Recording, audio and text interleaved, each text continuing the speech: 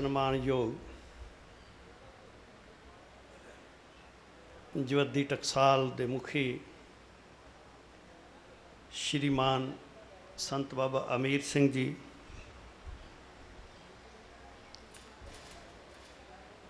मेरे वड्डे वीर यूनिवर्सिटी के सिरमौर विद्वान बड़े सन्मानजनक प्रोफैसर जोध सिंह जी, इस समागम की प्रधानगी कर रहे प्रोफैसर सुच्चा सिंह गिल जी, सत्कारयोग बीबी किरणजीत जोत कौर जी, डॉक्टर अनुराग सिंह अते होर बहुत सारे प्रबुद्ध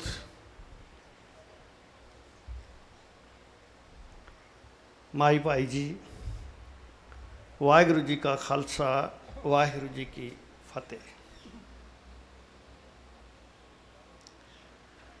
अज असी जिस विषय ते गल कर रहे हाँ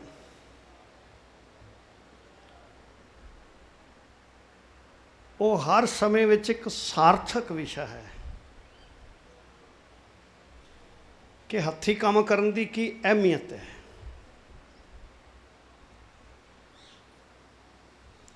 बहुत ही घृणित व्यक्ति जिहड़ा साडे सिख इतिहास विच जिसका नाम भी असी सीधा नहीं लैंदे वो औरंगजेब है। वो भी चाहे धार्मिक सद्भावना वास्ते वो साडा अपना दृष्टिकोण है। हत्थी कम करके अपने खाण पीण का प्रबंध हत्थी बादशाह होंदे हत्थी कम करके करदा सी। उधर गुरु साहब हैं, उन्होंने सारिया ये पूरने पाए हैं किसी भी पद ते रह के।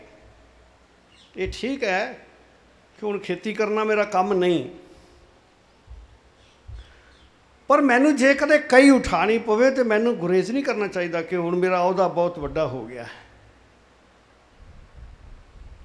तो हत्थी काम करने की अहमियत हर समय च रही है, पर इत्थे हिंदुस्तान दे विच एक बड़ी वड्डी प्रॉब्लम रही है। वो ये वे कि धार्मिक व्यक्ति वो हो सकता है जिसनों हत्थी काम ना करना पे। ये एक प्रॉब्लम जिथों तक साड़ी दृष्टि जाती है, जिथों तक असी धर्म ग्रंथ सिरजे गए, जो विचारधारा साढ़े तक पहुँची है, जो इतिहास पहुँचे है, उहदे अनुसार इत्थे किरत नूं सब तो माड़ा गिणिया जाता रहा है। जदों असी बाहर की गल करांगे, क्रिश्चियनिटी की करांगे, इस्लाम की गल करांगे, उत्थे बीमारी नहीं है, धर्म विच नहीं है। इत्थों के धर्मां 'च बीमारी रही है। इत्थे जे वैदिक लोग सन ते उन्होंने किरत करने वाले नूं शूद्र बना दिता, जदों कि किरत करने वाला सब तो चंगा होना चाहिए सी, शूद्र बना दिता। पूजा पाठ करने वाला सब तो उत्तम, राज सत्ता दे लालसा रखने वाले लोग जिहड़े वैदिक धर्म नूं राजनीतिक प्रोटैक्शन दे सकते वो दूजे नंबर पर आ गए। व्यापारी इत्यादिक जिहड़े थोड़ा बहुत इधर उधर भी कर सकते हैं वो तीजे नंबर पर आ गए। तो जिहड़ा सुच्ची किरत करने वाला सी, वो चाहे किसान सी, चाहे तरखान सी, चाहे मजदूर सी, वो चौथे दर्जे ते आ गया। जिहड़ा सब तो उत्तम होना चाहिए सी, वो सब चौथे दर्जे ते आ गया। इस स्थिति नूं किसी ने गुरु नानक साहब के आगमन तो पहला तोड़िया नहीं हिंदुस्तान दे विच। क्यों?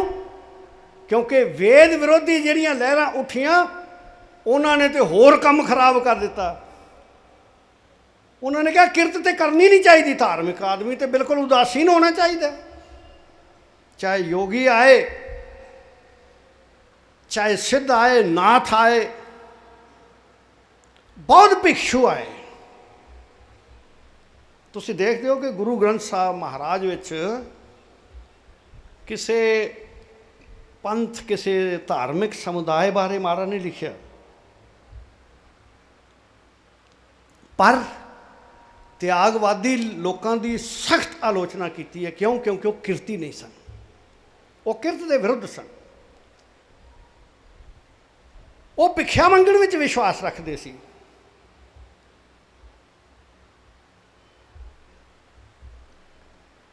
ਇਹ ਜਿਹੜਾ ਕਰਮ ਕੁਰਮ ਦੀਆਂ ਬਾਤਾਂ ਸੁਣਾਈਆਂ ਜਾਂਦੀਆਂ ਨੇ ਨਾ ਧਰਮ ਗ੍ਰੰਥਾਂ ਦੀਆਂ ਚੁਣ ਚੁਣ ਕੇ,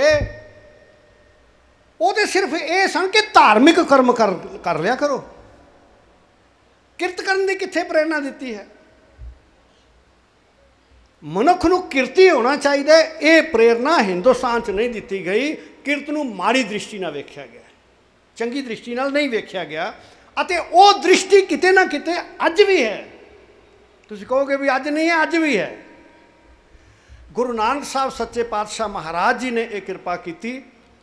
ਉਹਨਾਂ ਦਾ ਉਪਦੇਸ਼ ਕਿਰਤ ਤੋਂ ਸ਼ੁਰੂ ਹੋਇਆ, ਅਤੇ ਲਾਈਫ ਦਾ ਜਿਹੜਾ ਉਹਨਾਂ ਦੀ 70 ਸਾਲ ਦੀ ਆਯੂ ਹੈ, ਉਹਨਾਂ ਨੇ ਉਹ ਅੰਤਲਾ ਸਮਾਂ ਜਿਹੜਾ ਹੈ ਉਹ ਵੀ ਕਿਰਤ ਵਿੱਚ, ਔਰ ਸਖਤ ਘਾਲਣਾ ਵਾਲੀ ਕਿਰਤ ਵਿੱਚ, ਕਿਸਾਨੀ ਕਿਰਤ ਵਿੱਚ ਜਿਹੜਾ ਹੈ ਉਹਨਾਂ ਨੇ ਆਪਣਾ ਨਿਰਵਾਹ ਅੰਤਲਾ ਟਾਈਮ ਜਿਹੜਾ ਹੈ ਉਸਦਾ ਕੀਤਾ ਹੈ।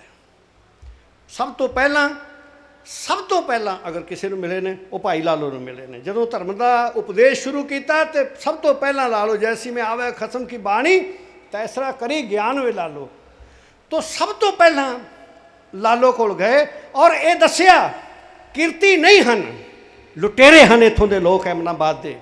ਔਰ ਇੱਕ ਐਮਨਾਬਾਦ ਨਹੀਂ, ਸਭ ਥਾਵਾਂ ਦੇ, ਚਾਹੇ ਉਸ ਵੇਲੇ ਸਮਾਣਾ ਸੀ, ਚਾਹੇ ਜਿਤਨੇ ਵੀ ਸ਼ਹਿਰ ਸਨ, ਲੁਟੇਰੇ ਸਨ, ਲੁਟੇਰਿਆਂ ਦੇ ਗੜ ਸਨ। ਉਹਨਾਂ ਨੇ ਕਿਹਾ ਕਿ ਇੱਥੇ ਹੁਣ ਕਤਲੋ ਗਾਰਤ ਕਿਉਂ ਹੋਣੀ ਹੈ? ਇਸ ਕਾਰਨ ਹੋਣੀ ਹੈ ਕਿ ਇਹ ਲੋਕ ਕਿਰਤ ਕਰਨ ਵਾਲੇ ਨਹੀਂ, ਕਿਰਤੀਆਂ ਨਾਲ ਧੱਕਾ ਕਰਕੇ ਉਹਨਾਂ ਦਾ ਹੱਕ ਮਾਰਨ ਵਾਲੇ ਲੋਕ ਨੇ। ਉਹਨਾਂ ਨੇ ਇਹ ਦੱਸ ਦਿੱਤਾ ਕਿ ਜੋ ਕੁਝ ਜਦੋਂ ਐਮਨਾਬਾਦ ਵਿੱਚ ਵਰਤ ਗਿਆ, ਫਿਰ ਉਹਨਾਂ ਕਿਹਾ ਇਸ ਜਰ ਕਾਰਨ ਘਣੀ ਵਿਗੁੱਤੀ, ਇਨ ਜਰ ਘਣੀ ਖਵਾਈ, ਪਾਪਾਂ ਬਾਝੋਂ ਹੋਵੇ ਨਾਹੀਂ ਮੋਇਆ ਸਾਥ ਨਾ ਜਾਏ। ਇਹ ਕਿਉਂ ਹੋਇਆ ਹੈ? ਕਿਉਂਕਿ ਕਿਰਤੀ ਨਹੀਂ ਸਨ, ਲੁਟੇਰੇ ਸਨ। ਕਿਰਤੀਆਂ ਦਾ ਕਮਾਇਆ ਹੋਇਆ ਧਨ ਜ਼ਬਰਦਸਤੀ ਖੋਹ ਲਿਆ, ਸੱਤਾ ਨਾਲ ਖੋਹ ਲਿਆ, ਲੁੱਟ ਮਾਰ ਕਰ ਲਈ, ਉਸ ਤਰੀਕੇ ਨਾਲ ਛੀਨ ਲਿਆ। ਜਦੋਂ ਉਹ ਧਨ ਛੀਨਿਆ ਜਾਏਗਾ ਕਿਰਤੀਆਂ ਦਾ, ਉਹ ਤੁਸੀਂ ਅੱਜ ਲਈ ਕਿਵੇਂ ਸਾਰਥਕ ਹੈ ਕਿਰਤ ਕਰਨੀ? ਕਿਉਂਕਿ ਕੁਝ ਲੋਕ ਸਿਰਫ ਲੁੱਟਣ ਦਾ ਹੀ ਕੰਮ ਕਰ ਰਹੇ ਨੇ। ਹੁਣ ਉਹ ਲੁੱਟ ਕੇ ਧਨ ਬਹੁਤ ਇਕੱਠਾ ਹੋ ਗਿਆ, ਅਤੇ ਜਿਹੜੇ ਹੋਰ ਲੁਟੇਰਿਆਂ ਦੇ ਗੈਂਗ ਨੇ ਉਹਨਾਂ ਨੂੰ ਵੀ ਪਤਾ ਹੈ ਕਿ ਇਹਨਾਂ ਕੋਲ ਬੜਾ ਧਨ ਹੈ, ਅਤੇ ਉਹ ਬੱਚਾ ਉਠਾ ਲੈਣਗੇ ਸਕੂਲ 'ਚੋਂ। ਉਹ ਕਹਿਣਗੇ ਹੁਣ ਇਤਨੇ ਪੈਸੇ ਦੇ, ਨਹੀਂ ਬੱਚੇ ਨੂੰ ਮਾਰ ਦਿਆਂਗੇ। ਤੋ ਸਮਾਜ ਵਿੱਚ ਬਦਅਮਨੀ, ਅਸ਼ਾਂਤੀ ਦਾ ਵਾਤਾਵਰਨ ਬਣੇਗਾ ਜਿੱਥੇ ਕਿਰਤ ਨਹੀਂ ਹੋਵੇਗੀ। ਦੂਜੀ ਚੀਜ਼ ਇਹ ਵੇ ਕਿ ਇਹ ਸਾਡਾ ਐਵੇਂ ਖਿਆਲ ਹੈ ਕਿ ਕਿਰਤ ਕਰਕੇ ਵੀ ਬੰਦਾ ਅਰਬਾਂਪਤੀ ਬਣ ਸਕਦਾ, ਬਿਲਕੁਲ ਨਹੀਂ। ਅਸੀਂ ਬਹੁਤ ਸਾਰੇ ਕਿਰਤੀ ਬੈਠੇ ਹਾਂ ਇੱਥੇ। ਮਹਾਰਾਜ ਦੀ ਸਟੇਟਮੈਂਟ ਇਹ ਹੈ, ਪਾਪਾਂ ਬਾਝੋਂ ਹੋਵੇ ਨਾਹੀਂ ਮੋਇਆ ਸਾਥ ਨਾ ਜਾਏ। ਕਿਰਤ ਦੇ ਨਾਲ ਬੰਦਾ ਆਪਣਾ ਗੁਜ਼ਰਾਨ ਵਧੀਆ ਤਰੀਕੇ ਨਾਲ ਕਰ ਸਕਦਾ ਹੈ। ਧਨ ਸੰਚਿਤ ਨਹੀਂ ਕਰ ਸਕਦਾ।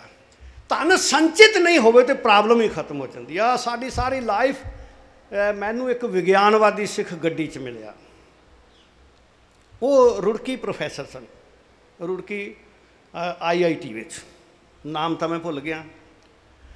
ਮੈਨੂੰ ਕਹਿਣ ਲੱਗੇ, ਪ੍ਰੋਫੈਸਰ ਸਾਹਿਬ ਇੱਕ ਗੱਲ ਦੱਸਾਂ। ਮੈਂ ਕਿਹਾ ਦੱਸੋ ਜੀ। ਕਹਿੰਦੇ ਕਿ ਜਿਤਨੀ ਗਤੀਸ਼ੀਲਤਾ ਹੈ, ਜਿਤਨਾ ਕਰਮ ਸ਼ੁਰੂ ਹੋਇਆ ਮਨੁੱਖਤਾ ਵਿੱਚ, ਕਹਿੰਦੇ 50,000 ਸਾਲ ਤੋਂ ਪੁਰਾਣਾ ਨਹੀਂ ਹੈ। ਇਹ ਕਿਵੇਂ ਸ਼ੁਰੂ ਹੋਇਆ?